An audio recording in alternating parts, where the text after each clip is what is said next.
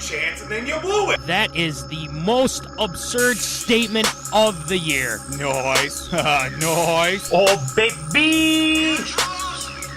I'm in my zone. I'm feeling it.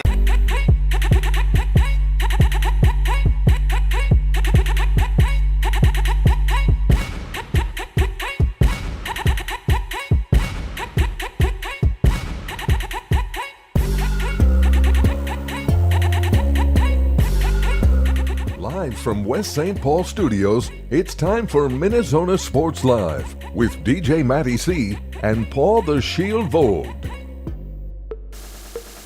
And this is MinneZona Sports Live. We are back, yes! Episode 238. A lot of episodes. With that being said, I am your host, DJ Matty C, a.k.a. Matt Callahan, a.k.a. Callie, a.k.a. Matty C, etc., etc., etc. And all the way in Granite City Studios, St. Cloud, Minnesota, Paul Vold, Shield. What's going on there, Shield? Just how about the fact that we've gotten to a point now, weather-wise, for us here in Minnesota. This time a week ago, we were wondering if we were ever going to see the sun, let alone have decent weather. Now we've gone from just a little bit of spring to, let's say, late August temperatures coming out, because it's going to be 80, 90 around these part of the woods here pretty soon. And you know what? Yes. I'm all about it. Welcome to summer. Welcome to summer. We've missed you. Yes, we've absolutely missed you. Oh, yeah. The sun's shining. Weather's nice. Shorts. Short sleeve shirt. All that deal. Shirtless, if you will. Shirtless, yeah. There's that as well if you want.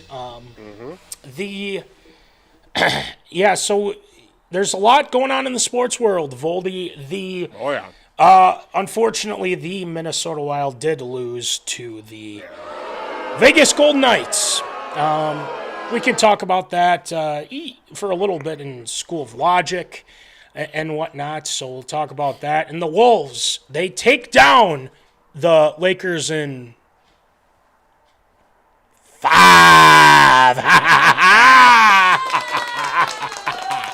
Yep. You know, we put it on the socials medias. We didn't need to do it, but I had to. I said in 5, and I was exactly right. I feel good about it. I really do. So that's I'll toot my own horn for that one. But I just believed in this group. Now, last night, different type of story. Yeah. We will discuss that Too much rest. briefly. Too much rest. Yeah, exactly. Too much rest. Yeah, that's a good point.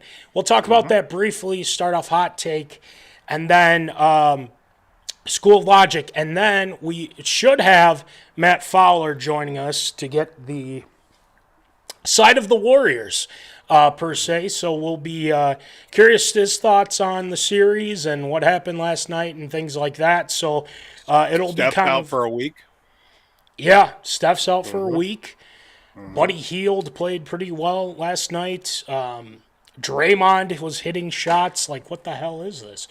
So, thankfully, the Minnesota Timberwolves do play tomorrow. So they have a chance to right the ship here, get a win, go on to Golden State. So, Absolutely. it'll be tough. It will be tough. So we will talk about that. And then, of course, A or A, we got a jam-packed A or A tonight. The Wild are pretty feeling good about Kaprizov coming back. We'll talk about that. The NHL, the All-Star game for an international event. So that's kind of where people are leaning. We'll talk about that. And the Ravens cut Justin Tucker. A lot to be said with that one. And to round things off, we talk about the big trade happened this morning. The Steelers trading George Pickens to the Dallas Cowboys. Well, go ahead, have fun in Dallas. I mean, it's just been a pretty bad off season for them, and last season and everything in between. So, anyway, a lot to talk about tonight, and of course our shield shout-outs. We got some shield shout-outs tonight for you, and we'll go from there. So, Voldy, we're going to do a shortened version of Tater Tot Hot Take, and then obviously we'll wait for Matt to join us, and then we'll do Carolina's School of Logic, go from there. So, let's get it going with some Tater Tot Hot Take.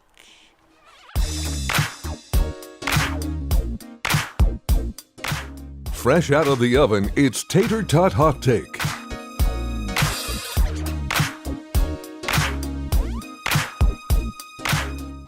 All right, it is time for some Tater Tot Hot Take.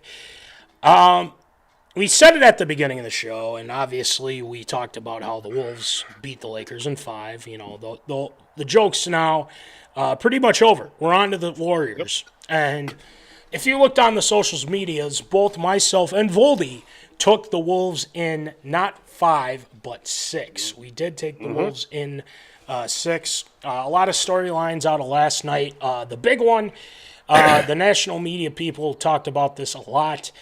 Steph Curry, hamstring injury found out later today. And it's probably, his healing time's probably about a week. So, About a week. Unfortunately, he got injured in, I think it was the second quarter. And the Wolves just could not get back into the game. They were 0 of 17 at one point on 3-point shots. Yeah. Ants only had like 1 point in the in the first half, I think. It was overall just awful. Awful game for the Wolves. Probably the worst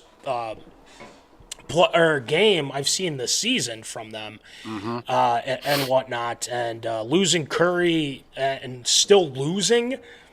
It's not good for the Wolves, and there are a lot of frustrated people, including Finchie and the players as well. So, Voldy, I asked this of you. What are your thoughts on last night's game? And I mean, it kind of helps that the Wolves don't have to deal with Steph for a little bit, but I mean, this is a big game tomorrow. They gotta win this, right? I would definitely say that it's not a must-win for tomorrow, but for the sake of the series, it would definitely help if they got the win before they go out to San Fran and face the Warriors for 2 out there. It was just the first thing I thought of and chalked it up to was too much rest. I mean, 4 days off after taking down the Lakers. It's a lot of time. Obviously, you want to rest, you want to recuperate, but just once you get in the playoffs, there's a rhythm to everything, a routine, and everything that you want to get into with setting up and, of course, getting comfortable, shoot around, maybe any practice time, getting, recovery and everything. And when you go from game to game, especially with travel and then, getting that all scheduled out, then you get an extended rest period while you wait for the team that you're going to be playing against. Obviously, the Wolves 1-5, so they had to wait another 4 days to find out who they were going to play in Golden State as they were battling all the way through a game 7, if you will. That is probably not needed for this Timberwolves team, especially a team that's very built on momentum and just, going on and, what's next, who we got to beat, and when we're going to do that. For Golden State, on the other side, you look at it, this was probably as best of a start as they could have gotten, considering the fact that they're coming off of, a wild and furious opening round series and just basically going on. It's like, okay, we got to play Minnesota and we're going to take it right to them. And Minnesota was very cold shooting. I think I watched the game for 15 minutes in real time, and I think I maybe saw one basket made by Minnesota at one point. I couldn't tell you who scored because it was that bad of a night, but it was a very cold shooting performance for the Wolves there, and not the best of start, especially being a team that has home court advantage in this series against a perennial power in Golden State. Yeah, I mean, Exactly. literally, it's that simple. That game last night, for some reason, I had a strange feeling when Curry went down that they would be able to climb back in this, and they didn't. Right. And that was kind of surprising to me because we're used to seeing this team bounce back after a bad half or a bad quarter or something like that. And I just thought that whenever they went back on offense, they were rushing things. Turnovers were aplenty last night. They had 16 turnovers, but it feels like they had like 25. Julius Randle was very erratic with the ball. I thought that he did have 18 points, but man, he didn't know what was going on half the time, I feel like, and there are moments where he's just kind of like, what's going on? What's happening? It's like, dude, we need you to contribute here and, not turn the ball over. Like, they were missing easy passes, and they made it seem like they had to do this really cool way to do it. It's like, guys, make the right pass, get it to the basket. If you're not hitting from 3, you got to drive. You can drive on these guys. Rudy was open, but again, Rudy's an uncoordinated guy sometimes. DiVincenzo throwing it up to him, thinking that he's going to, grab it. And the thing is like, they're bad passes. There were a lot of bad passes last night. Naz, our tribal chief, I acknowledge your tribal chief, Naz Reid was not too bad. I mean, I felt like every time he drove to the rack, he was making it. When Ant did, he was hoping for a foul, and then he complained about it, and then that doesn't help. And the thing is, they have to feed off how Ant plays. And I think Finchie mentioned it after the game. I mean, it's just he said, and I quote, "It starts with Ant. I thought he struggled, and then you could just kind of see the light go out a little bit for a while." So that's a big statement, and I think Ant responds to that type of criticism, and he's admitted that too. So I think we're in for a big game 2 here tomorrow night. Big bounce back. Yeah, big bounce back. I really do feel it because for some reason, I just thought, even though the game was bad, like, don't get me wrong, it was awful. It was really bad from the Wolves. But you can expose this team. They're a good defensive team, don't get me wrong. But I'm watching that game, I'm just like, if they make at least half of those shots, they probably win this game by like 5, 10 maybe. But if they're hitting all those shots, they're blowing them out. Now you don't have the threat of Steph Curry for a little bit. It is imperative that they take advantage of that and win the damn thing. Okay, win this game tomorrow. That pressure of we can't go 2-0, especially without Steph Curry and everything like that goes off. You go to Golden State, hopefully you steal one there and go from there. So I think this was kind of a wake-up call for a lot of these guys. And it's like, guys, you have to have that A-level game. You're not playing the Lakers where, we don't have to worry about anybody outside of LeBron, Luka, and Reeves, and maybe Hachimura. Yeah. The Warriors played, and the Warriors played every single guy off their bench last night. And Steve Kerr was changing up. He went to zone. He went to man, 1-3-1. He went to 3-2, 2-3. And the Wolves have to take advantage of that. And you guys got to know, like, if they switch to this is what we're going to do.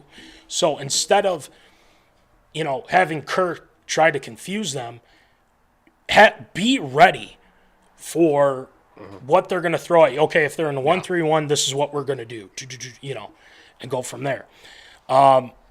Anthony Barron's checking in. What up, Anthony? He says, can't let Buddy Hield get hot. That is a very good point. Buddy Hield had a great game last night. He hit like 3 threes in a row. 24 points. And I think another thing, too, offensive rebounding was okay, but on the other end, we couldn't get any rebounds. Jimmy kept getting rebounds. Jimmy's throwing up a freaking prayer, and he makes it off the back. I couldn't believe it. And, Jimmy played Jimmy 41 minutes last night. Jimmy played 41 minutes, 20 points, 11 rebounds, 7 of them offensively, too. I mean, you can't let Jimmy get hot, can't let Buddy get hot. I mean, this is troublesome because you look at how this team is built on both teams especially. They've got pretty equal depth. I would probably give maybe just a handful more just based on the experience side towards Golden State, because they've got guys coming off the bench. They've got Gary Payton II. They've got Kuminga. They've got some of these guys coming off here. Kevon Looney as well has been a spot player for them here and there coming off the bench. But just what they have right off the bat, and the fact that they have Curry that not going to be playing for at least a week, it's just a slight advantage there depth-wise towards Golden State. The issue that I have is that, like, they didn't really take advantage of the matchups that they had. Rudy Gobert was being guarded by Jimmy. I mean, how can you not take advantage of that? You just throw it out. Just make sure you get the right pass to Rudy. Have Rudy go up and dunk on his ass. I mean, it's that simple. But again, it comes down to guys knowing when to pass the ball. And I love Mike Conley as much as the next guy, but 0 points, 1 rebound, 5 assists. Come on, we need more from our point guard here. This is, and it's not a good sign either. And DiVincenzo won for, unfortunately. Yeah, Conley, for lack of a better term, he's a liability out there. He's just out there facilitating the ball, and he's got nothing to go off of it. I mean, you're trying to work in, obviously, too, some of these guys off the bench and, how they are going to get their minutes. I mean, Nickeil Alexander-Walker only played 14 minutes. He was minus 13 with a couple of fouls and a couple of turnovers. Right. But, off of that, I mean, Terrence Shannon Jr. has been pretty much non-existent through, obviously the postseason because of the fact that Conley's been eating up the bulk of the minutes. But just seeing, just the spread in minutes overall, you've got Ant out there for 42. You've got 30-plus minutes from McDaniels and Randall, too. And then you're spotting up 20, 25 minutes for Gobert and Conley. But after that, then you go deep into the bench with Naz Reid and DiVincenzo. They're putting up 30, 35 minutes. And combined, I mean, 26 points, not bad, but it's just nothing out of that point guard spot that is continuing to be a sore subject here for the Timberwolves at this point now. So, they got to, and the thing is they got to step up. They got to hit shots. They got to, like you said, facilitate with Conley. And the thing is there wasn't a lot of that. So, no. Yeah, a lot of things got to change on tomorrow, and it's going to be interesting to see how 17% from three. 17. That is awful. 5 of 29 in general. They were 39% from the floor, which is not very good as well. And so were the Warriors. I mean, it's like, good Lord, you guys, figure it out. Anthony also says the Wolves should dust off Clark. I agree with that. I think he should get in there. Absolutely. He slowed down SGA, or he slowed SGA way down. An injured Butler should be no problem. Exactly. And again, here's the question I'll ask, and we'll go to School of Logic here. Voldy, we did, before the game, obviously, we picked Wolves in 6. Are we still thinking that Wolves in 6? What do you got? I think with Curry being out, that is going to be a little bit of some help, because hopefully at this point now the Timberwolves smell blood in the water and, shake off whatever happened in game 1 against the Warriors, because the same thing obviously happened in, the series against the Lakers. They ultimately get off to a hot start, drop a game early in the series, and then go on to finish things off. I think in that week span, I would imagine at least 2 games will happen, if not 3. Excuse me, that to be a perfect opportunity for the Timberwolves to secure a series lead at 2-1, if not 3-1. So I'm definitely sticking with Wolves in 6. I am too. If they lose on Thursday, the chances don't look good. And I think, if you can't drop 2 at home to a team that's that depleted, you guys have way more talent than this team, I feel like. Yep. And, I know some, they're battle tested and everything like that. But I'm telling you, if they hit at least half of those shots, they're winning this game. So I think Ant's going to have a different attitude towards this. I think a lot of these guys are going to hunker down and say, guys, we have a chance to do something incredible here. Let's do it, So that's kind of what I'm thinking as well. So Wolves in 6. It doesn't matter. Wolves in 6. It don't matter. It don't matter. So just wanted to throw that in there. Steph Curry, Chef Curry, Chicken Curry. It don't matter. Wolves in 6. Ha-ha! Yes! Golden State, Florida State, Northwestern State. Wolves in 6. Don't matter. Draymond Green, Al Green, grass is green. Wolves in 6. I love it. We got to keep thinking of good ones here as the series goes on too. So we'll keep you in the loop on that for sure with our rhymes. So. All right, so let's move on to Callahan School of Logic. So this one's going to be a little bit shorter on the shorter end, but I don't know.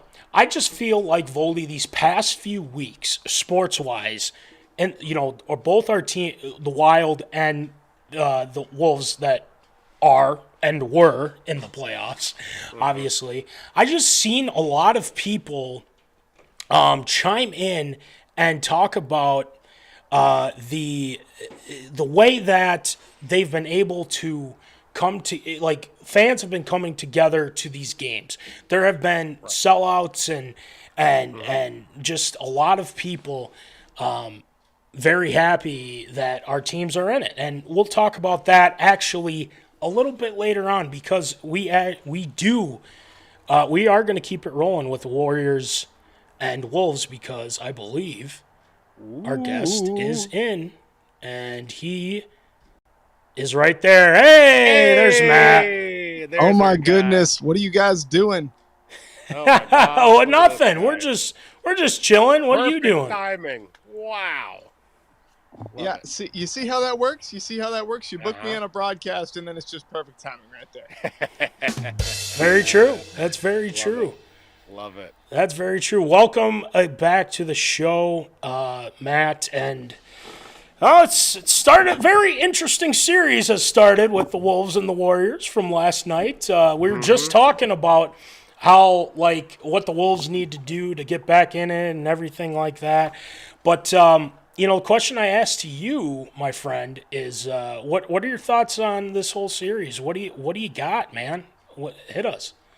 You know what, Voldy, you're just I can see in your face you're like, oh my goodness, Matt, what are you about to hit us with? Because it's a little bit of where did I go there? Oh wait, okay, there I am. We're doing it on the fly here, Fowler. We're doing it on the fly. Okay. Well, we got you. You had put on Facebook, you're like, oh, what's Matt gonna say now that steps out for a week? All right. So, how's my confidence level? Hang on, listen. I had a long day at work, but just this whole thing works with my confidence level. So just give me, just give me 1 second here. So how does my confidence level look for the? It's just water, guys. Somebody needs to make some shots for the Timberwolves. So. Honestly, that's pretty good. I give him that. That was pretty good. I love show and tell. That's fantastic.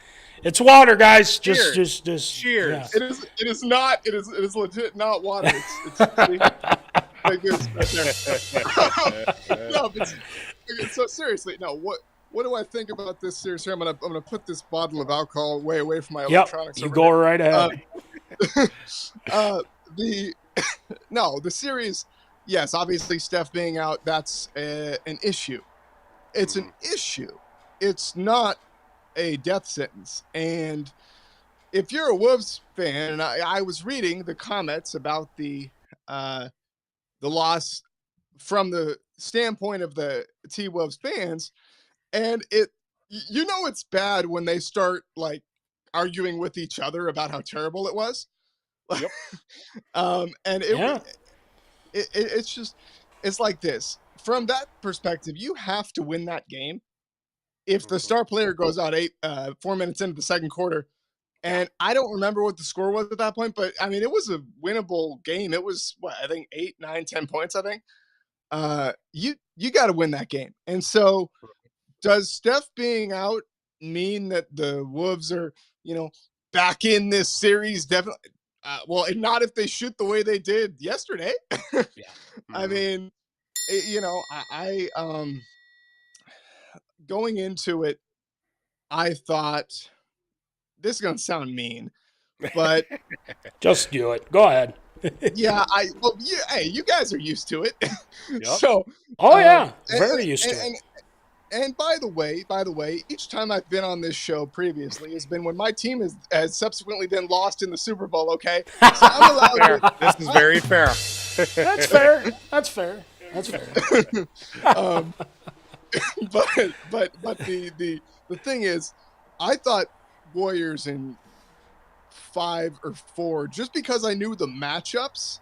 And right. I was more scared of Game 7 against the Rockets. I was like, wait, they came into Houston and they beat them by how much in Game 7? What? Yeah. I mean, I'm sorry. Like, Naz Reid and Rudy, I'm going to turn into Shaquille O'Neal one time against the Lakers in Game 5.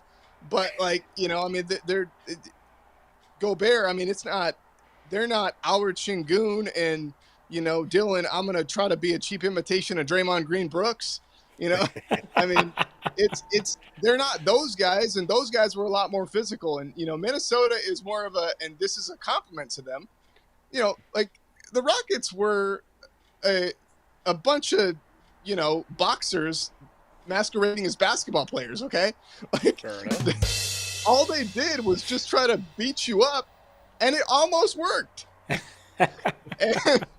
and so Minnesota, no, they play good basketball, but I think if you try to play basketball with the Golden State Warriors, you're not going to do too well. Honestly, my thought is Warriors in 6 or 7, but I don't know if my heart can take another Game 7 on the road. I will before I make my next point, I'll stop talking because I get like a locomotive and never shut up. But I just want to. I want to. So there's your answer to your first question. So go ahead. What do you guys think? Go ahead, Shield. I mean, I've always said, especially when it comes to the next round of a series, the team that's always had the longer rest period is probably going to be a little shaky to start off. Because you see Golden State, obviously they have a ton of experience coming from a Game 7 into the next round where they're just show and go, oh, we got to play the Timberwolves. Okay, let's just go ahead and just play ball. While on the other side, the Timberwolves, of course, the success they had last season and getting that rest of beating the Lakers in 5, they get 4 days off to rest, recuperate, not getting that real momentum, or at least, getting into that routine of the playoffs, while you get to, obviously, with, Curry and then, Draymond Green and those guys too, that are just showing and going basically. And that's one thing that I was a little bit hesitant about getting off to a good series start against Golden State. And of course, taking one on the road is definitely huge for Golden State, but being without Curry is very interesting just to see if that could be a wake-up call for, Ant and the rest of the team to at least, obviously shoot better than they did in the series opener. But this is a very interesting matchup. And we were talking before you came on, Fowler, talking about at least the matchups wise depth coming off the bench. Of course, we do have, Nickeil Alexander-Walker. We've got DiVincenzo. We've got, we've got Naz Reid. But I even said, too, just based off of, Kerr playing basically anybody that was wearing a Golden State jersey, maybe the guy in the 5th row that was wearing a Steph Curry jersey. Yeah, exactly. If you're wearing a Golden State jersey, you're getting minutes. Let's go. And Kerr was just throwing everybody out on the floor there. That could be huge, especially now with Curry being down for a week. Just to see, I said I give maybe just a slight advantage towards the side of Golden State's bench over Minnesota. But you know what? Weirder things have happened. So let me, real quick, both myself and Voldy said Wolves in 6. We did the rhyme and everything like that. Now, the one thing that I am concerned about, and I think Curry, yeah, we did. We said Wolves in 6. What kind of drugs are you guys doing over there? That's it don't matter. Draymond Green, Al Green, grass is green. Wolves in 6. It don't matter. Steph Curry, Chef Curry, Chicken Curry. It's Wolves in 6. Okay, that's actually pretty good. Go ahead. Yeah. So, real quick, Matt, I think, and I'm not trying to be Homer at all, and I will say I'm not trying to be, but I just think that I like what the Wolves did in the Lakers series. Now, Game 5 was a bad shooting night as well for the Wolves. They couldn't hit a 3 to save their lives. You move up to this Game 1, same story. You're going into this missing, whether in the first half it was like 0 of 17 or something like that. That is just awful. This is probably the worst game I've seen him play this whole season, I will say. But I just think when you have that bad man and the Ant-Man, I think Ant is going to be much more motivated, much more speaking and leading instead of complaining to the referees. I think that's what's going to happen is Ant's going to step up. Naz Reid hopefully does as well. Rudy, I think you got to limit some of the minutes. I just don't think it's a great matchup. I think Draymond kind of had his number most of the time. So I think this is a big step for the Wolves in order to right the ship. If they lose tomorrow, it's not good. We're in bad. It is not looking good. Winning, like we said, Wolves in 6. No. Winning 4 straight is no that will not happen. I mean, somebody's going to win the game in the series in 6, but it's not going to be the Wolves if they lose tomorrow. I'll tell you that. And I agree. I definitely agree. So, but the one thing I'm concerned about is that damn Jimmy Butler. That's what I'm concerned about because he turns it on, man. He turns it on when the playoffs. So, I have been a Jimmy Butler hater since he left. I have not liked the way he's gone about things. What's that? Why? Just because he left? No, just how he left. I think it's how he left and how he pretty much just threw. He was like, he starts off like, oh yeah, we're going to win championships and things like that. Then after a year, he leaves. I couldn't believe it. So the man openly acknowledges no non-existence of the Timberwolves or whatever. Yeah. When the year that he was in Miami or whatever, and said, obviously playing in Chicago, then Philly, skip a team. Down here. Yeah, exactly. It makes no sense whatsoever of when he played for the Timberwolves. But in fairness, and I get it. I mean, apples to oranges, definitely this comparison. There's none. But I mean, when Klay Thompson left, some people were not happy about that. But he also got us 4 championships, so Klay can pretty much do whatever he wants. I really don't care. I love Klay Thompson, but I mean, if you look at the way the organization, if you look at it objectively, which I understand for you guys is impossible to do, and it would be impossible to do for me if this happened and the Warriors were still as bad as the Warriors were back in the day before Steph got there. Back when Latrell Sprewell was choking out coaches, back in the good old days. But the reason I think Jimmy had that attitude is really maybe the way that the organization as a whole was run, not necessarily the way he was treated, although part of that has to be that. I mean, if you go to a team and you see a guy, in your opponent when Jimmy was, still there in Minnesota, you see a guy, Steph Curry, and you're like, damn, that's a good shooter. And you're like, wait, we had the chance to take this guy and you guys didn't do it? I mean, I don't mean to bring up the bad memories and PTSD for the Timberwolves fans, but I mean, shout out Johnny Flynn. Flynn. I just think I don't think that basically his criticism of the team. Okay, maybe he could have acted like they existed, but his criticism of the team is unwarranted. And you guys are smart. You understand that. I mean, at least some of his criticism of the team is probably warranted. Jesus, I mean, I don't see anybody, trying to say that the Warriors of 2005, 2006 with Mike Montgomery winning 32 games. I don't see anybody praising that team, it just doesn't happen.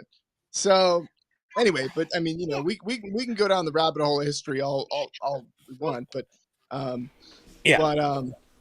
do we have a special guest appearance?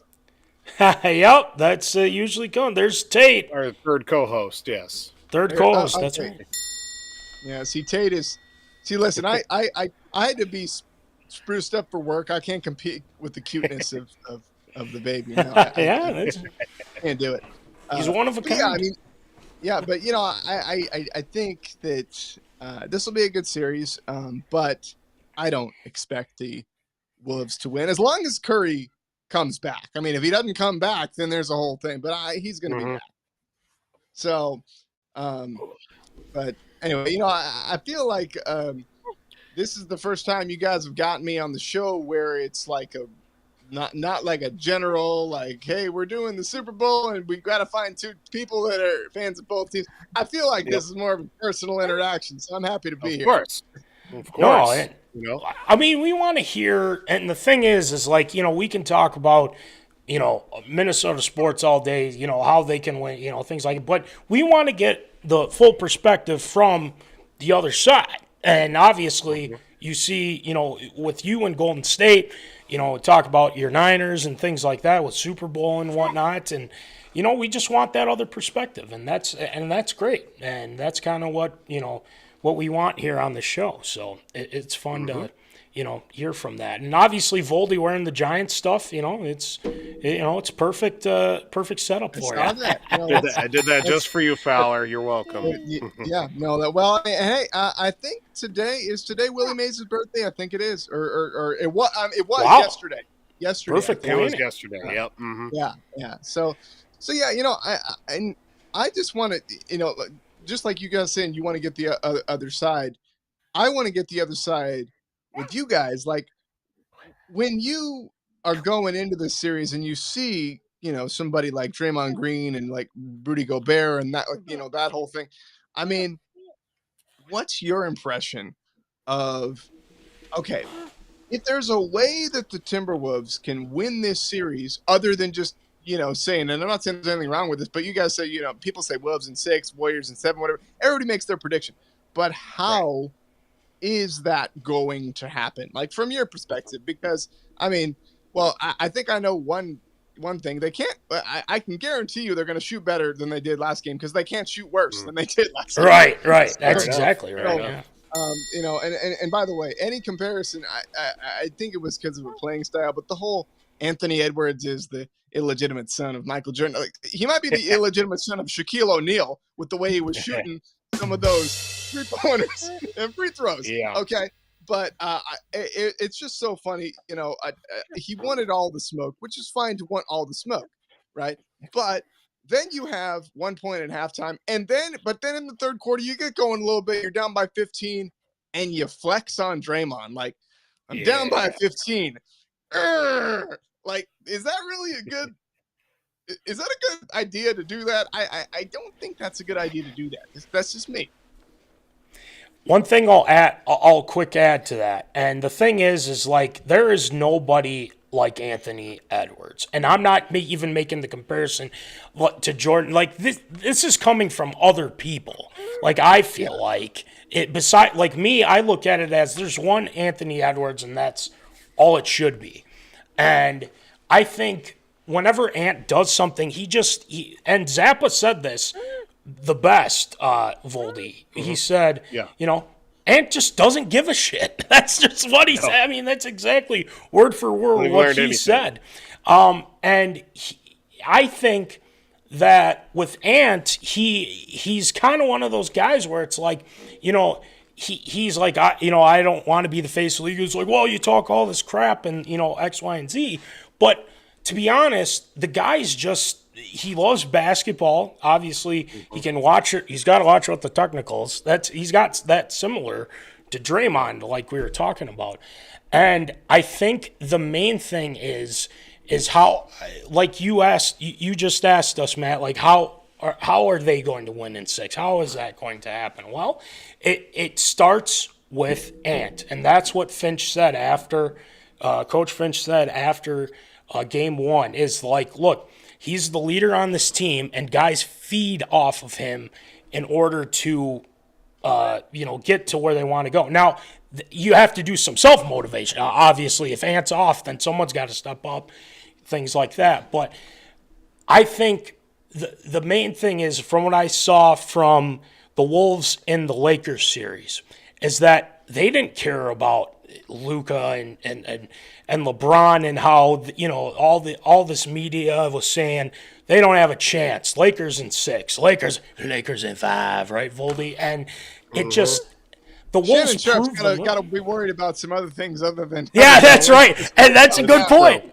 That's a great point, and that's a good point too, because he's got a lot of issues going on with that. But the one thing I'll add, and I'll send it over to Voldy here, but I think I just feel like, and I slightly disagree with Voldy on this, but I like the Wolves bench a little bit better, just because DiVincenzo, if he's hitting shots, that's a problem. Nas Reed is, and again, our tribal chief, acknowledge our tribal chief, Nas Reed. And Julius Randle, if he's starting to hit, I mean, this is big. Their bench, I feel like, is a little bit better than the Warriors. Now, I agree with the fact that they've kind of been battle-tested, but so have the Wolves from last year, too. I mean, it's not like they haven't been here before. So, I don't know. I think I think the Wolves just kind of have a little bit more, and especially with Curry out, I think they can exploit that. So, Voldy, go ahead.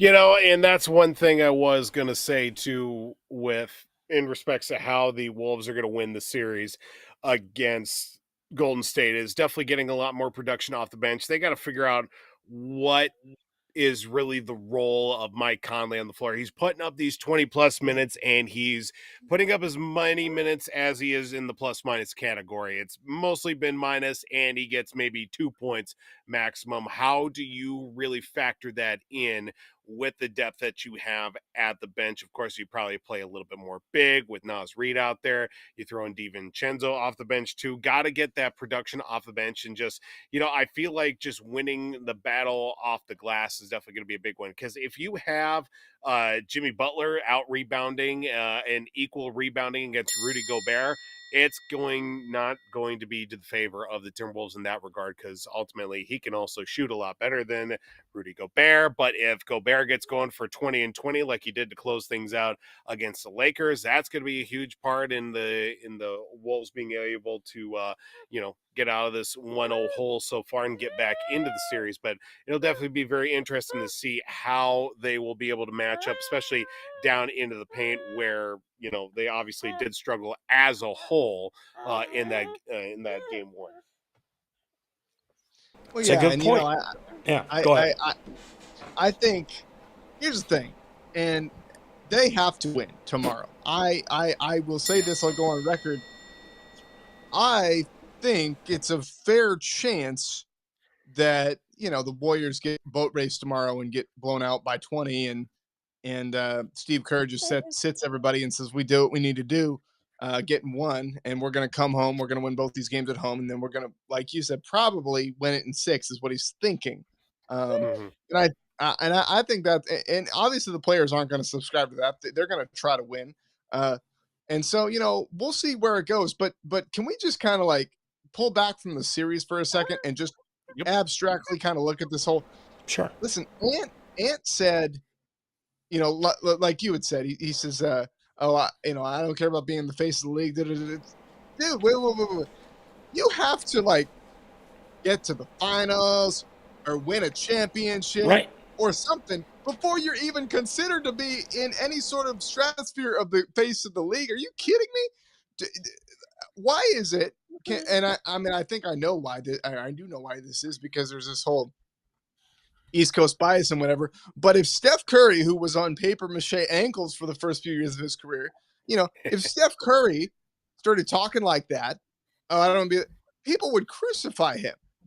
Why is it that Ant is now, christened the potential next guy when he hasn't done anything? And that's not really his fault necessarily. They haven't really built the team around him to do anything yet. But what? Why does he get that? And then if somebody like Steph back in 2011 said that, everybody would start laughing. Why? Right. I mean, I'd be curious to know your opinions. Is my question. Because that's what the Illuminati wants. The Illuminati wants Ant to be the face of the league. That's how this works, Fowler. We all know this. I don't. That's praise Beyonce, by the way. Praise Beyonce. I mean, what do you think, Callahan? Yeah, and you make a good point there. And the thing is I think Magic, he said something about how Ant says what he wants, and that's what gets him sometimes into trouble. I think a great example is last year. He says, "Oh, I got Kyrie, against the Mavs," and guess what? Ant got absolutely cooked. Because Kyrie is just he was quick, he was efficient, he was making his shots, and Ant just couldn't, handle that. Now, to your point about if he is going to be the face of the league, and if this was something that he, maybe deep down, maybe not publicly per se, you would say, but I think if he were to be that, he would have to win the finals literally this year. And I think that's kind of how you change that narrative a little bit. Not saying that he can't do it down the line. He's only 23 right now, so he's still got some time before anything with that. But I'm just saying, if Ant is able to go on this type of run, and I'm not saying they will. I'm not saying, because OKC I'm worried about, and to be honest, the Nuggets are still very good too. I mean, after this, it doesn't get any easier, for sure. But I think that's the only way, and to answer your question, I think that's the only way that people can look at, okay, he beat, LeBron, he beat Durant last year, he beat Luka this year, and everything like that. You got to back it up at some point, even if you don't. I mean, like if they were to make the finals, I don't think it's going to happen. But if they were to make the finals and get swept, just like LeBron did in 2007, if they were to make the finals and get swept, but everybody said, oh, LeBron said he was the king. Well, okay, maybe he's not the king, but and in my view, he's still not the king. But whatever. I don't know. Side point, 10 seconds. You can't be considered better than Jordan when somebody else has won 4 championships in your era and beat you 3 times while doing it. I think that's kind of hilarious. But no, I think if Anthony Edwards got to the finals and lost, they'd be like, yeah, okay, we can put this guy at the base of the league next year. I just think, and it's not Anthony Edwards' fault. It's not. But I think unless Alex Rodriguez, who you know why I have a huge beef with Alex Rodriguez, unless he makes really good basketball decisions and changes the culture in Minnesota, they're not going to win.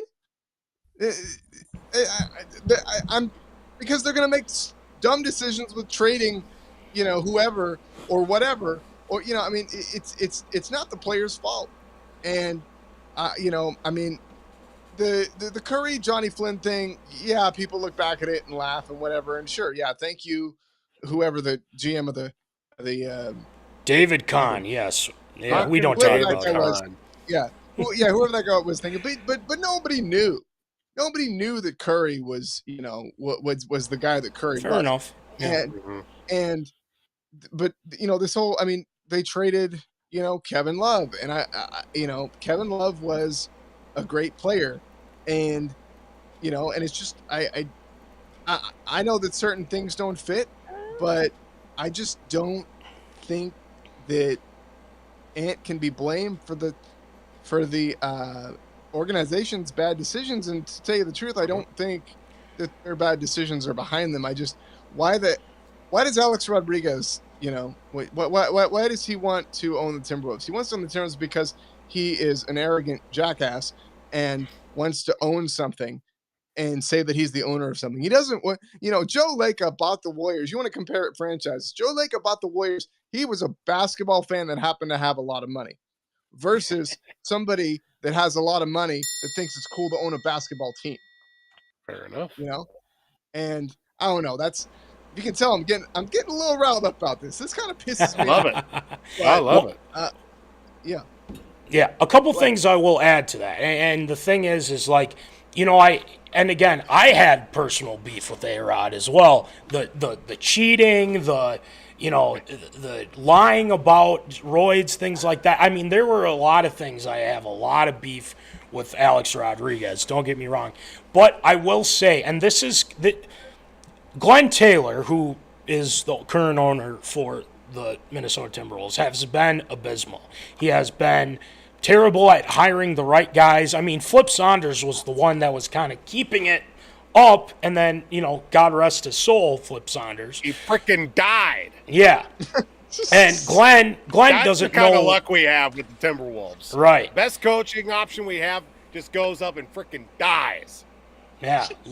Shout out. Oh, God. Act of God. R.I.P. Yeah. We love I'm Flip. Everything. I'm gonna pour it out for the homies. Yeah, there you go. Pour one out for Flip. I love it. I love it.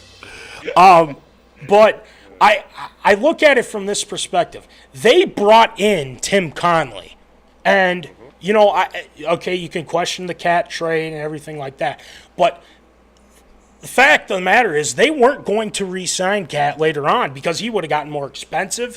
You wouldn't have gotten, you know, from last series, Julius Randle was fantastic, which is weird to say nonetheless. And Dante DiVincenzo, we wouldn't have had those guys in that production without those guys. And I think that's a fact. I mean, I think Tim Conley's done a great job of surrounding Ant with some guys that he can work with. And I think he has that. But I think they're just kind of, I feel like they're one player away. And that, to your point, man, I feel like there might be a couple more pieces that they need in order for Ant, if he wants to be the face of the league, then that's kind of how I look at it. But I agree with you with A-Rod. Trust me, I am with you on that for sure. But I will say I feel like I'd rather have A-Rod right now than Glenn Taylor, because Glenn Taylor has personally wrecked this organization from its inception. Him and KG aren't even on speaking terms. They're not even talking. That's just how bad it is. The greatest player in the organization is nowhere to be found when it comes to playoff time. That's great. Yeah, and you know what? There's people make mistakes, and by the way, this next thing, it's too funny not to say, but this is but this is the most, you know, the most arrogant somebody who's sitting in the Oval Office currently type of thing to say, but it's true. I mean, Callahan, you mentioned they weren't going to have Cat because he would have gotten more expensive, right? Right. You know what Joe Lacob would have said to that? Oh, more expensive. Oh. Straight cash, homie. Straight cash, homie. Right. Money? What's that? You mean fun coupons? Come on, get out of here. I mean, I don't know how much money, and granted, I mean, he specifically has earned it. I don't know how much money they've paid Steph. I think it's been like $750 million by now. You know, and obviously that, you know, that comes with franchise success, and obviously there literally isn't, you know, an unlimited payroll. But what I mean is, and you know what I mean, if Glenn Taylor, you know, wanted to pay for Cat, he could, you know, make it work. Make it work. I mean the Warriors, I think they paid like $500 million in luxury tax penalties because they just would not stop spending money. And consequently, they have 4 championships because of it. This whole A's money ball, you know, we're going to do this on the cheap. That doesn't work. That's fun. You know, I will paraphrase in reverse, you know, as an indictment, I will quote Brad Pitt, a.k.a. Billy Bean. This kind of stuff pays for tickets and hot dogs, you know. But if we really want to change, shut up. Just, you know, pull out your wallet and stop being so cheap. Yep. So that, yeah, I mean, yeah. Can you say that to the Pohlads too, our owners for the Twins baseball? Can you do that, please? Yeah, you know, I do have to say, Voldy, our mutual friend Ben, he's going through it, man. I mean, yeah, he's such a huge Twins fan, and they just keep like, what the hell, man? What? $425 million in debt right now. The Twins are. Can you believe that? How much? $425 million in debt. So bad. For a team that spends no money. No money. How is that even possible? I don't know. I mean, wait a minute. They're frauds. The Pohlads are frauds. Hang on. Are you taking the money from the Twins and are you betting it on the Minnesota Wild? What's going on? Who knows? But no, I just, you know, it's I will admit baseball is a completely separate animal, and there are just random games, and sometimes the pitcher's not going to, that's a little bit more. Yeah, I mean, there are teams that don't have the highest payroll that can make a splash and whatever, but by and large, this whole, I mean, when, I usually don't talk about it, but I will for purposes of, understanding. When the Warriors lost in 2016, Game 7, looking at it now, some say that KD still would have gone there, which if that would have happened, then just like break the whole league, just like tear it up.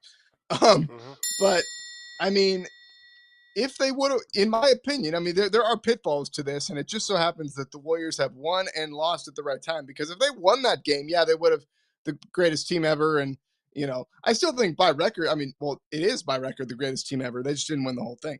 But if they would have won, they would have had to pay all those guys, right? And Yeah. they all played the best basketball, not only of their lifetimes, they probably mortgaged like their kids' futures and like, I don't know, like they played the best basketball of like 8 lifetimes that season. But they could never reduplicate that. They were never Steph was as good and Clay was as good as Draymond was good, but everybody else just played like nuts. And so, because they lost, then they didn't have to pay all those guys, and then presto, KD wants to come, and then we have the money for that. I mean, Lakeup's smart. He's not going to be like, I'm actually going to start taking financial hits for this, and then we're going to, he's not going to do that. But so I mean, you can argue about that, and that's totally valid. But this whole thing about this guy's going to be a little too expensive. If it really is a question of like, well, you really just don't want to pay him, then what the hell are you doing? I mean. And by the way, not that I'm so arrogant, but I am very arrogant. Shield, you need to take that drop of me saying "shut up," and you just need to make that a drop and just kind of put that in the. Like, that's pretty good. We can. Be sure to add that. Yeah, we'll get that. But I mean, I think that the Timberwolves are a few players away and possibly another owner, but I don't know. I mean, for me, Glenn Taylor will never be as bad as Alex Rodriguez, but that's on a personal note. You know why that is. So, fair enough. Well said. Hey, on the the blessing in disguise, I've gotten to obviously spend a lot more time with Ben since that all happened. But and he's gonna do some. By the way, out here in the Bay Area, some stuff for Kron, which is one of our big channels out here for the Warriors and Timberwolves, and so he's going to be getting back into all that stuff, and he's got some ventures that he's pretty excited about. So he's doing well. But nice. By the way, did they? And a serious question, because I don't know. I asked him, he doesn't know. What's the deal with this? Who do they hire? Grady something for the play-by-play? Sorry, Nate. Gosh, it was Is it Michael Grady? Hold on. Yeah, Michael. Is he still doing it? Or because I saw him on national TV. Is he? I mean. Yeah, he's still doing it. Yeah, Michael Grady. Yeah, he's just filling in here. Yeah, he's still Wolves, but he does. Yeah, they've asked him to do national, so they're afraid that he might eventually make the jump. Yeah, make that jump. So. Well, I mean, Kevin Harlan did that, and clearly that never worked out for him. Exactly. Never heard from him again. I mean, hey, I'm not dissing Grady at all. I just, the jobs are unforgiving, as we know, Voldy, as we know, because being in this business, you can do all the things right and be good at this and good at that, and then budget cuts or other things, and it's just like, well, so that's why I'm working in corporate America at a bank. Which sucks, by the way. But I legit can just do this all day. There you go. But you know what it's done to me though? What it's done to me, it's made me just numb to any amount of money ever, because it's not mine. So like somebody comes in, they're like, and like I would admit, and by the way, I do everything when it comes to financial stuff. So when people think I'm just like a bank teller, I'm a lot more than just that. But people will come in and they'll be hella arrogant and they'll be hella like on their, they'll be pumped up because they just got an infusion of cash and whatever, and they'll be like, hey, I want $20,000, because I'm gonna have fun tonight. And I'm just like, here you go. Yeah. Like, I don't care, dude. I really don't care. Yeah. Leave it like that, right? Well, that's enough about that. Yeah, no, all good. But, we are, Matt, we appreciate your time, man. I mean, honestly, it was fun talking Wolves, Warriors, and among other things, too. We'll see how this series turns out. It's going to be, I think it's going to come down to 6 or 7. I really do for either team. And yes, please go ahead, do what you need to do. Look, it don't matter. Matt Fowler, Jeremy Fowler, Night Prowler, Wolves in 6.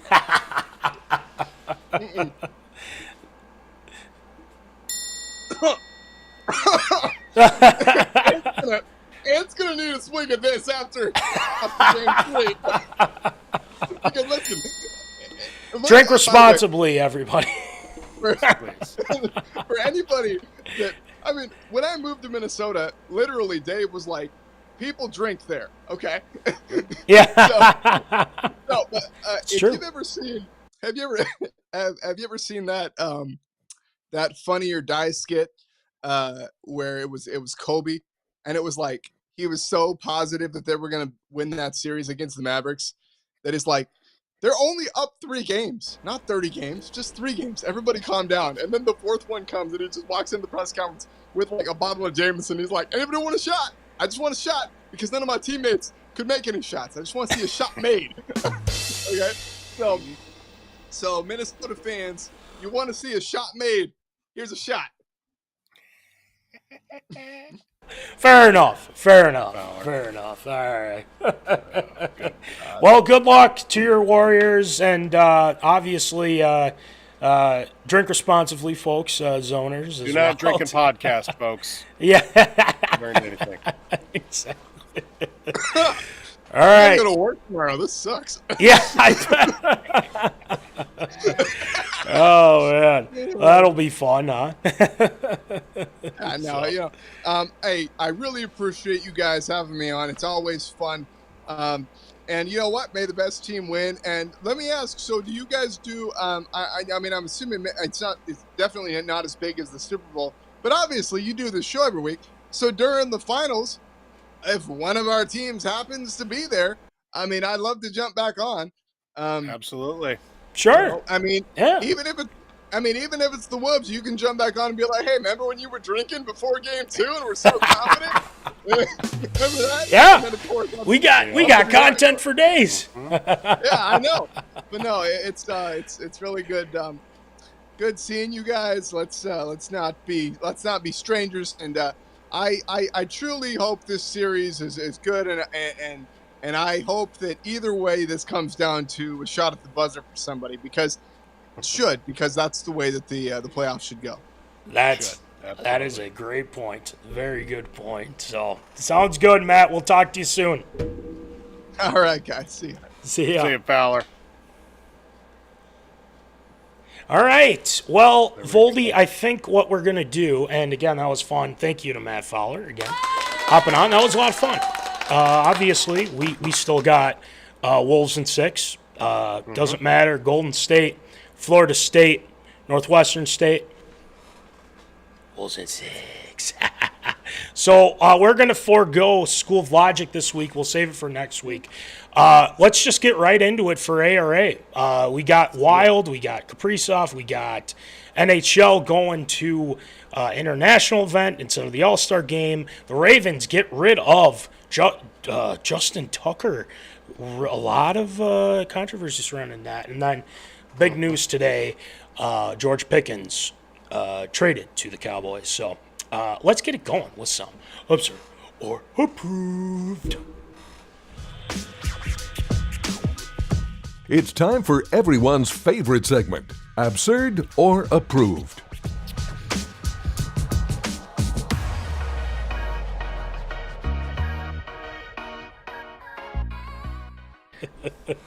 All right, it's time for absurd or approved. So, Voldy, why don't you rattle them off for us, please?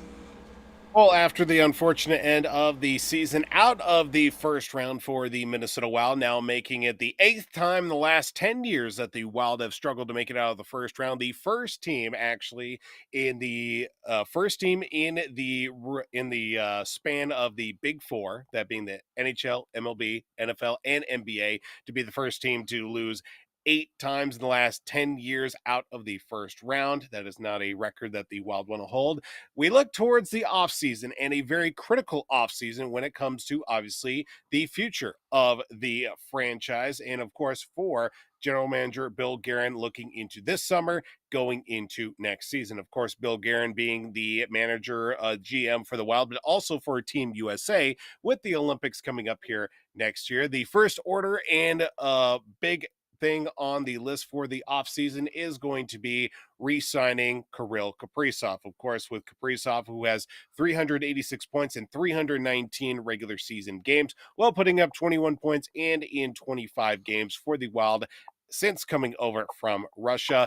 Did have a nice return towards the end of the regular season and was a pivotal factor in that playoff matchup in 6 games, putting up a total of 9 points in 6 games in that loss against the Vegas Golden Knights. Of course, this being an offseason where the buyout contracts for Zach Parise and Ryan Suter will be off the books, and that means a completely open market for the Minnesota Wild. Of course, we do know the fact that Kirill is going to be the major priority, getting him re-signed, but then what do the Wild do after that? We'll have to wait and see. But the big factor right now with Kirill, still 1 year left on his current contract. Is it absurd or approved?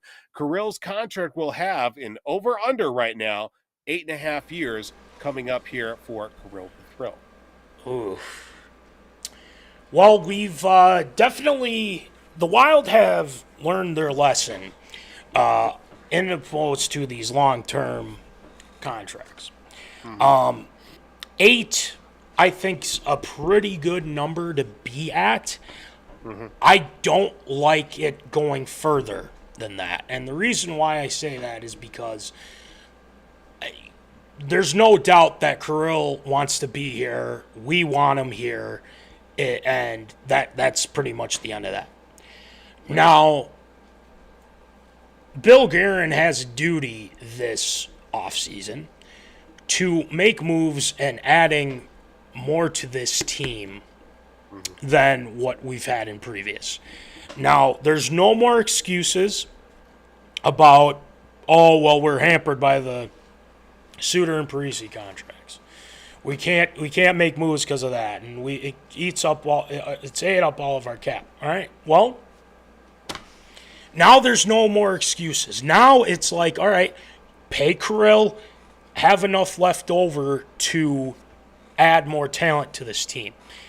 Now, I'm not going to go on a rant about how they haven't gotten past the first round in X amount of years, over 10 years, I think, at this point. Correct.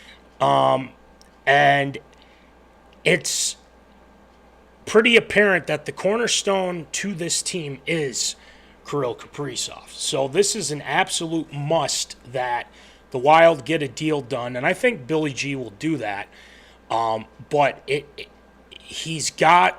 Billy G's got to promise him that, hey, we're going to add some guys, we're going to build around you so that we can have, a championship caliber team. They're not going to just be knocking on the door. They got to knock it down. They have to kick that son of a bitch in and go from there. So, I will take the under on that, Voldy. I will say about 7, and I think it could be a push right at 8. But I'll go with 7 just because I think that's good enough. I think that's enough money. Keep him happy and whatnot, and he's very deserving of yeah, I'll take the under on that. So, Voldy, what do you got? I mean, coming into this season, he is 28 years old, so you put him at his time when he came over. Now, this being his fourth NHL season, he has certainly put up the great amount of numbers that he certainly has. 25 games this year in the regular season, 56 points, so just over 2 points per game this season. I say you lock him down for 8 years. Average, maybe you're probably looking at maybe 8 to 9, maybe even 10. I would probably put that out there at minimum for him, probably even higher. I'm not, I'm not a contract expert, but definitely get him at that 8-year mark. So that would put him right at 36.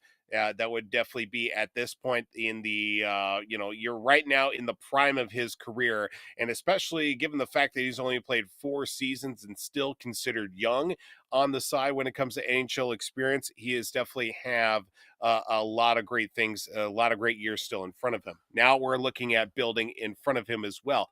The one thing that Wild really struggled with, of course, we talked about going into the series against Vegas, is just anything beyond Boldy, Kaprizov, and then you also throw in, Marco Rossi on top of that. You get Matt Zuccarello. Sometimes you get something out of Marcus Foligno, but beyond that, there's no real depth in scoring. You get the top line, and then after that, you're hoping that something magical could happen. Get a few older guys into the mix.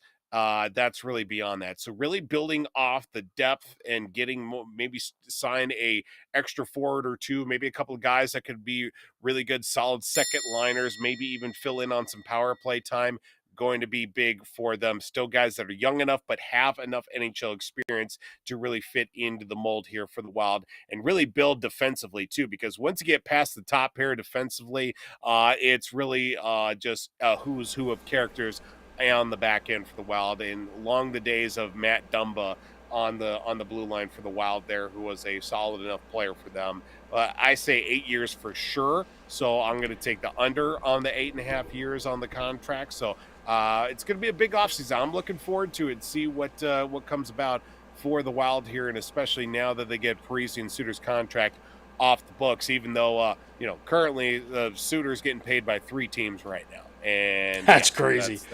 That's a fun thing. Yeah, that's pretty awesome. So. That's insane. Well, hey, the more money you got, you got to make your money somewhere. All right, next one, Voldy. Well, sticking in the NHL, riding off the success of the Four Nations face-off this season in replacement of the NHL All-Star Game, the NHL is actually planning an international event to take place in February in lieu of the All-Star Weekend. This will be taking place out on Long Island in the home of the New York Islanders, UBS Arena. Now, this will be taking place plans before the 2026 Winter Olympics, which NHL players will be back and involved in as well. Now, they will use this as a jumping off point leading up to the Winter Olympics with players that will be setting to participate in the Olympics for the first time in 12 years. Of course, we saw the great success of the Four Nations face-off with U.S., Canada, Finland, and Sweden as well, with the gold medal game going down to U.S. and Canada for the debut of said event. Now, is it absurd or approved? We talked about how everybody was talking hockey and getting involved in the NHL this year and riding off the success of the Four Nations face-off. Is it absurd or approved? Should the NHL permanently put an end to the All-Star Game with this international event that'll be coming up next season? Well, I think from what they saw the ratings that they had with the Four Nations face-off and everything like that. Yep. And the thing is it worked. Now, can they, do that with this? And I think it's a smart way to do that. It's a smart business move. They're like, wow, you've seen a lot of people tuned in for this. It's like, yeah, because this is what people kind of want. And I think this is kind of where the NBA is going with the international versus the USA players or something like that. Mm-hmm. And it just kind of shows, like, hey, there's a way to do this. Let's give this a try and go from there. Because All-Star games, and again, like I know NHL, they've had some fun stuff in the in between. But are those guys really trying? Are the goalies really trying? So there's a lot to be said about these all-star games, and just it's kind of a bore. It used to be, somewhat popular. I mean, it wasn't. I mean, the NBA All-Star game wasn't as bad, per se, but NHL. I mean, they're trying to, like baseball. They're trying to make something work. They're trying to make something where people are looking at it and being like, "Man, we could watch this all day." And this is the right thing to do because you're making money, people are watching, ratings are up. That's the main thing. And I think when you pivot to something like that, it makes more sense as opposed to bringing in, the best of the best. Well, there's a lot of the best of the best, and that means whoever can join, these events and stuff like that. So, I mean, I hate to put a kibosh on the, All-Star game and everything like that, but, times changed. And I think, this change is warranted, and you know what? It's going to make you money. People are going to watch, and that's kind of how I look at it, too. So it makes sense. Stamp of approval, I will say, because it's time for something a little bit different. So, Voldy, what do you got? Yeah, I definitely see the value of having the All-Star game, especially for some of the areas that could probably use a little bit of a revenue boost with, events and activities that take place during said All-Star weekend. But competition-wise, it's really merely about just making sure everybody comes out healthy as opposed to good, healthy competition. I do like the fact that they're going to go with an international sort of event. I don't know if it's just going to be over the said weekend or if it's going to be of the same timeline that they had with the the Four Nations face off that they did have, or if it's just going to be an isolated, here's a couple of games, have fun leading up to the Olympics. And I love the fact that the NHL is getting back involved with the Olympics to see best on best, and this has been a real strong focus for a number of years that we've been missing out with said best on best, and just throwing in guys that'll merely make the criteria of joining and playing for their country as well. I could definitely see having the All-Star game to have some sort of importance overall for said league. I don't think about putting a kibosh on it completely. I think it's absurd. I don't think they don't need to get rid of the All-Star game, but I love the fact that they're capitalizing on the success of the Four Nations face-off, and of course the return to international play too for professional players. I'm looking forward to see that next year. Yeah, it'll be interesting. I think it's, I think it's a kind of a breath of fresh air, and maybe they don't put a kibosh on it. We'll see. All right, next one, Voldy. Head to the NFL in a strange move overall, as the Baltimore Ravens did release longtime kicker and the NFL's most accurate kicker, Justin Tucker, amid an investigation by the league for sexual misconduct into a number of said incidents with massage therapists overall, as Justin Tucker was released. And this also coming off the heels of the Baltimore Ravens making a move and selecting a kicker out of the draft in the sixth round of the NFL draft, as Tucker has been accused of misconduct by 16 massage therapists from 8 high-end spas and wellness centers in the Baltimore area. All of the alleged misconduct reportedly have taken place back in the time of 2012 to 2016, the early years of Justin Tucker's career. Of course, the play on the field for Justin Tucker, I believe, still holds the record for our longest field goal that did happen a few years ago. But with Justin Tucker and the investigation that is taking place right now for his conduct off the field, and of course the immediate quote from the Ravens front office and general manager, that being Eric DaCosta, did quote as saying that this is completely false, calling the allegations overall, but the decision to let go of Justin Tucker was made under a sense of football. This was a football decision, not a publicity, PR stunt to keep the Ravens disconnected from Tucker. Is it absurd or approved with everything that's taking place and the investigation currently going on? Will Justin Tucker be able to find his way onto an NFL roster by training camp? Well, I got a couple thoughts about this. One, it's baffling to me that some of these players think that they can, do these things just because they play in the NFL and, not have any consequences to it. Now, I'm not saying that I don't know what happened. I don't know much of the story. But one thing I do know is this, is that last year, Justin Tucker, his stats weren't as good as what they normally were. This past season, Voldy, he was for field goals. This isn't extra points, but field goals, 22 of 30. Yeah, that's not here for him. Justin Tucker-esque, if you ask me. And I very well think that this was a football decision. But I also think that the allegations and stuff had something to do with it. Because you just don't make this move and not expect people to say, well, they did it because of all the allegations and things like that. And it's like, a lot of teams have done that in the past.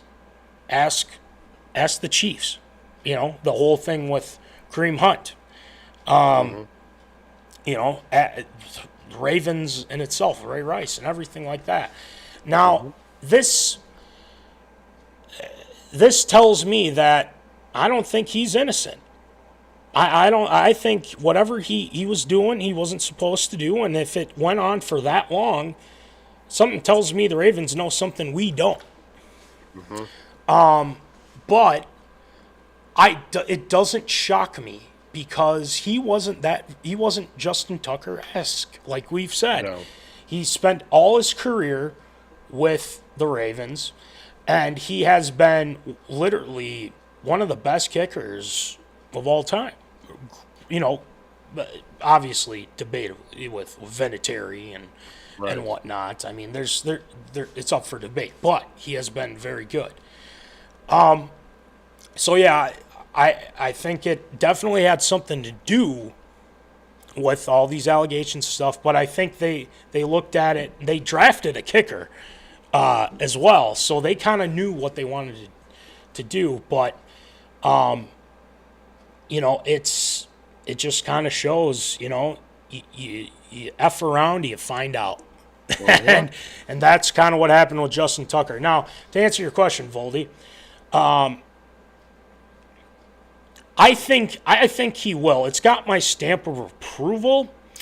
The only way that it doesn't is if whatever investigate, are they conducting still an investigation right now, if I'm not mistaken? Correct. Yep. Investigation is still ongoing right now. Okay. So if it's still ongoing and we don't hear anything, and if it's completed, they didn't find anything or whatever, they don't have enough evidence, then he's going to find it. But if they do find something, there's no way he's playing probably ever again. This is probably the swan song of Justin Tucker, and that's probably not the way he wanted to end his career. But I think I think he might, though, because they find ways, and I'm not saying, and I'm not condoning what he did. No, I think it's awful what he did. He shouldn't play if he's if there's proof of this and everything like that. So, I think he will, though. I think it's, unless things start to change. So, we'll see. Voldy, what do you think? I think with the investigation currently going on right now, I think leading up to training camp, unless the decision is out in the next couple of weeks, I think this season might be a forego for him, but weirder things have happened. Guys get hurt throughout the season. Kickers are picked up left, right, and center. throughout the season. Some teams go through about 4 or 5 kickers, and some don't even need a kicker for the whole season as a whole. But I could definitely see him making a roster, maybe not by training camp, but he'll definitely be ready enough as the season comes along if a team should need him as well. Because like I said, kickers are a dime a dozen. Guys get picked up all the time throughout the year. I mean, we saw last year with the Vikings and picking up John Parker Romo in that short time that they did need him. It's very interesting to see how things will play out with the investigation currently going on against him, how that will hurt him, obviously in the legal sense, but also for his, for his legacy as a whole. I don't think by training camp, I'm definitely going to say absurd to that, but I think he'll find a way if he does end up getting cleared of said, alleged instances and, everything that's being investigated. He'll find his way onto a roster for sure. A fall from grace, I think is kind of how you can put it at this point. So we'll see what happens. Last one, Voldy. Well, we stay in the world of the NFL, and the Pittsburgh Steelers made a move finally. No, it's not for Aaron Rodgers, but they did make a move, and they are moving on from one of their wide receivers. That's right. George Pickens is going to be heading to the Big D, and I do mean Dallas this time, as the Dallas Cowboys finally have secured a number 2 wide receiver option with CeeDee Lamb, but they are going to be adding George Pickens into the mix as the trade that will be sending a 2026 third-round pick to Pittsburgh in compensation for George Pickens. The Cowboys will also be sending a 2027 fifth-round selection, and while the Steelers will also be giving up a 2027 sixth-round selection to the Dallas Cowboys. Of course, the weaponry that will be needed for the Dallas Cowboys in return, of course, now with new head coach, that being Brian Schottenheimer, and you also throw in the return, of course, with the likes of Dak Prescott, and also throwing in with the much-needed rebuff in offense to at least be competitive within the NFC East. Now, is it absurd or approved? Well, I guess really the question is going to be, who do you think is going to be the winner of this trade by season's end? Is it going to be Pittsburgh, or is it going to be Dallas in picking up George Pickens? Voldy, when I saw this, I thought to myself, I don't think any team won this trade. I'm being completely honest with you right now. Me too, I don't think any of them won this trade. Now, let me say this. Is he a very talented wide receiver? Yes. But there was one national media person that said that he was more talented than Justin Jefferson. That is absolutely absurd statement territory. And you know who you are, Ryan Clark. Yes, you. Yeah. Don't even put him in the same breath as Justin Jefferson. Just saying. Anyway, look, the Cowboys situation is, they didn't get a wide receiver 2 in the draft. They weren't able to get who they wanted with that. Okay. Well, let's go and get someone who is pouty when he doesn't get the ball. And starts other fights with other teams, tries to punch people, get in people's face. And Mike Tomlin even said he has a tough time dealing with him and everything like that. Let's go get him. Smart? I don't know. And then you have CeeDee Lamb, who is kind of, not saying that he's going to, beat up people or anything, but he's a little bit of a diva himself. I see. Yeah. So if Dak doesn't get the ball to CD, or if Dak doesn't get the ball to Pickens, who's going to start the fit first, right? Yes. So this is a situation where Dallas isn't going to change their ways of doing things because Jerry Jones is running this organization. It has been quite apparent that they don't know, what they're doing with half this team. And until Jerry gives it up to somebody or whoever or whatever. I doubt that he will. But this team's just going to be middle of the road. Mm-hmm. They're just going to be middle of the road. They might have their highs. They might have their lows. But it's like, how are you going to guard CD and George Pickens? Well, that defense hasn't been very good. That line is not what it used to be, ever, at all. And you're in the same division as the Eagles and the Commanders. How are you going to beat that? So you look at the Cowboys' perspective. The Steelers were like, good, no more problems with him. But what do they have offensively? They don't have much. They have DK Metcalf, who they acquired at wide receiver. Who's after him? A couple of guys that they're still trying to develop and whatnot. So I look at the Steelers, and we like Mike Tomlin. I do like Mike Tomlin. I don't have any beef with him, but man, it can't always be defense, dude. I mean, it's like their offense was just pitiful at times last year. It was probably one of the worst. And Russell Wilson had his flashes, but man, they weren't any world beaters. They weren't, scaring any teams. So I think if I were to pick, and, in the long term, I would probably say that the Steelers won this trade at this point. Mm-hmm. Because Dallas is just adding more contracts, and it's only going to be like a 1-year thing because Pickens is going to want a new contract. And do you think they have enough money for that right now? No. So, I think it's the Steelers here in this case. So, Voldy, what do you got? I mean, it's hard not to say the Steelers just based off of, obviously, you get rid of George Pickens, but you still have DK Metcalf. And, really after that, it's kind of who's the next man up? I mean, they do have Calvin Austin third. They do have Pat Freiermuth, and then just a bunch of no-names after that. I mean, they signed Robert Woods as a free agent. They bring back Super Bowl champion Scotty Miller and Ben Skoranek, but, I mean, no world beaters of any kind offensively. It's going to be a real ragtag bunch. And, we still aren't 100% sure who's going to be the quarterback as a whole for the Steelers. I mean, they have Mason Rudolph, but other than that, I mean, who's going to be, leading the charge for them? Right now, you ask me who's going to be the winner by season's end, I got to say Dallas. I just think of, they're going to be a team, especially within the division, they're going to have to put up 30, 40 points in order to win.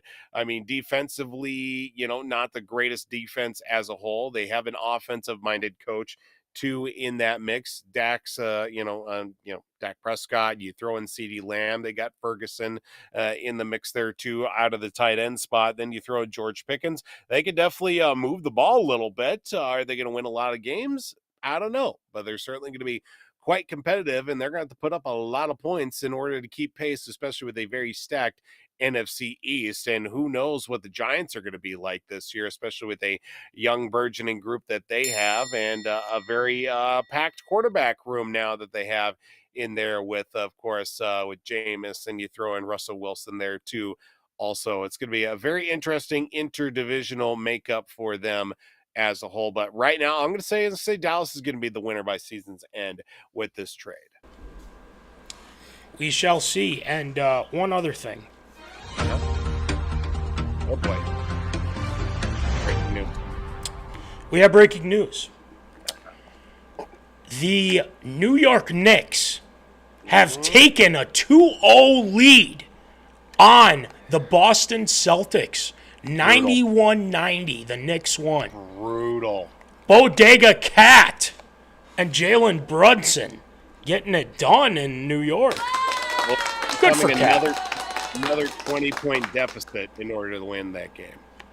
Insane. Celtics are beat up. Celtics might be done. I don't know. They might be. We'll see. They got to win in New York now. So, yeah, that's big news. I mean, everyone thought Celtics, were going to sweep them and everything like that. And it doesn't seem to be the case right now. We'll say that. So, Not so much. yeah, so we'll see what happens. But anywho, great job with ARA this Thank you, sir. go around Voldy. We got some shield shout-outs to get to involving our Granite City Lumberjacks. So let's get it going with some shield shout-outs. Shield shoutouts.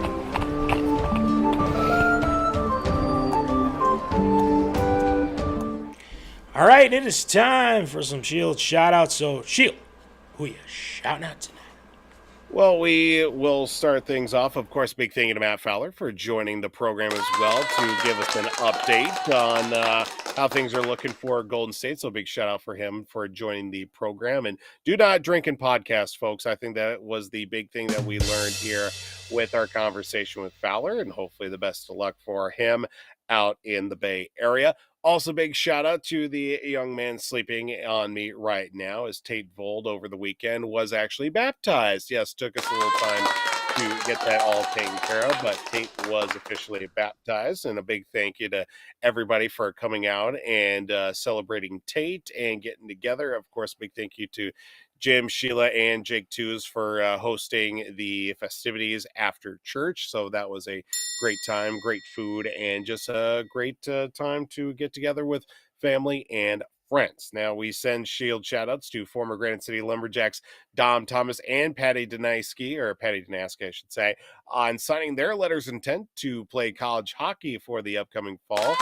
Downtown Dom Thomas will be heading his way to Hamline University, while Patty is off to Concordia Moorhead. So best of luck to those two gentlemen in their academic and athletic futures. And finally, as well, Trent Skeeter Peterson, Granite City Lumberjacks goaltender, signed his NAHL tender with the Lone Star Wranglers out of Amarillo. So Skeeter will be heading his way to the next level as the Lumberjacks continue to be a team with the ladder of development and seeing their best players move on to obviously bigger and better things. So best of luck to Skeeter in his upcoming adventures in the NA. And that's going to do it for Shield Shoutouts this week. Well done, Voldy. Congratulations to those guys as well, and thanks to Matt Fowler, and congrats to Tate being baptized. Hell yeah, man. So here's the deal. Great job with shield shoutouts, by the way. I think I did say that, but the Wolves, you know, there's going to be some games in between and everything like that. We'll keep you posted on the socials, and hopefully we get a Wolves win tomorrow. It's we're keeping our fingers crossed. It doesn't matter. Golden State, Florida State, Washington State. Wolves in 6, baby. Wolves in 6. So, with that being said, too, guys, if you want to get ready for, you know, the games and everything like that, we got merch, man. We've got plenty of merch. We got hats. We got sweatpants if you want to hold on to them for the fall coming up. You never know. We got shirts, stickers, hats, the whole kit and caboodle. We can get that for you. Just let us know. We also got tumblers as well that we can give to you as well if you need it for your coffee, some agua, or some other drinks. Don't drink and podcast, folks, like we said before. But anywho, shout out to National Fleet Graphic, Crown Rental, Tyler Knutson for the stickers. And make sure you check out our guy, the ripped guy, you know, W2 Performance, Will Rattel. That's our guy. www.w2performance.com. New content always. He's on podcast. The guy's going to be famous at some point. You just wait. And then TLS Performance, our guy, Troy Stoudemire Jr., doing big things. Make sure you check out his socials medias. And make sure you check out the Popcorn Bucket List, Nick Dahlhoff, and Ryne, Myhrberg, Omni Entertainment. All the latest movies and everything like that. Episodes weekly, like us. So make sure you guys check those guys out. And one other one, too, I forgot this. The Brotherly Ballers podcast with Tyler Hermann, Jack Vickers. They actually have an episode out. I just saw it right before the show. So they have a new episode out. Make sure you check it out. I think it's on Dynasty players, fantasy football players. So make sure you check that out. So, anywho, that's going to do it for episode 238 Go Wolves, Wolves in Yes, 6, sir. the whole kit and caboodle. The Twins are on a 3-game winning streak. Good for them. Yay. Yay. For now. Yay. Attendance still down, but that's a whole nother issue. But we'll keep you posted. Any Vikings news, things like that, we'll go from there. And next week, Alien School of Logic, talk about some of the awesomeness that we've had from our fan bases in Minnesota. So we'll talk about that as well next week. So that being said, as always, remember, folks, keep in the zone. Holla. Thank you for watching MinneZona Sports Live. Join us Wednesdays at 7 p.m. for live show broadcast. And as Voldy likes to say, follow us on all the socials medias.